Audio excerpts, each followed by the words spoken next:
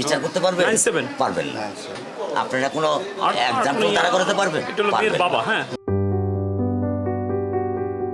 ঢাকার মিরপুরের পল্লবীতে শিশু রামিসার ওপর যে নৃশংসতা চালানো হয়েছে তা গোটা দেশের বিবেককে নাড়িয়ে দিয়েছে।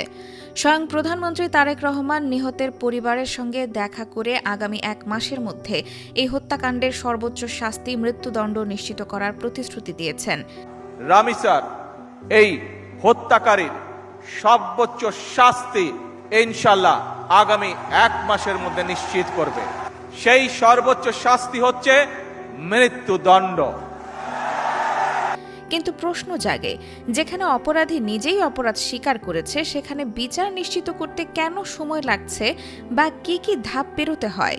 দেশের প্রচলিত আইনে যে কোনো অপরাধের বিচার নিশ্চিত করতে প্রধানত কয়েকটি আবশ্যিক ধাপ পার করতে হয়। প্রথম ধাপ, তদন্ত ও তথ্য প্রমাণ সংগ্রহ।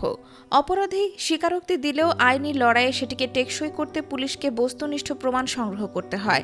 স্বরাষ্ট্রমন্ত্রী সালাউদ্দিন আহমদ জানিয়েছেন, রামিসা হত্যা মামলার চার্জশিট বা অভিযোগপত্র রোববার বিকেলেই আদালতে জমা দেবে পুলিশ। এই চার্জশিটই হচ্ছে বিচারের মূল ভিত্তি। দ্বিতীয় ধাপ, চার্জ গঠন ও সাক্ষ্য গ্রহণ। চার্জশিট জমা দেওয়ার পর আদালত সেটি পর্যালোচনা করে আসামির বিরুদ্ধে আনুষ্ঠানিকভাবে চার্জ গঠন করে। এরপর শুরু হয় সাক্ষ্য গ্রহণ। স্বীকারোক্তির পাশাপাশি ফরেনসিক রিপোর্ট, মেডিকেল রিপোর্ট এবং প্রত্যক্ষদর্শীদের সাক্ষ্য আদালতের সামনে উপস্থাপন করা হয় যাতে কোনো আইনি ফাঁকফোকর না থাকে। তৃতীয় ধাপ, যুক্তিতর্ক ও রায়। সাক্ষ্য গ্রহণ শেষে রাষ্ট্রপক্ষ ও আসামি পক্ষের আইনজীবীরা তর্কে অংশ নেন। সবশেষে বিচারক প্রমাণের ভিত্তিতে রায় প্রদান করেন।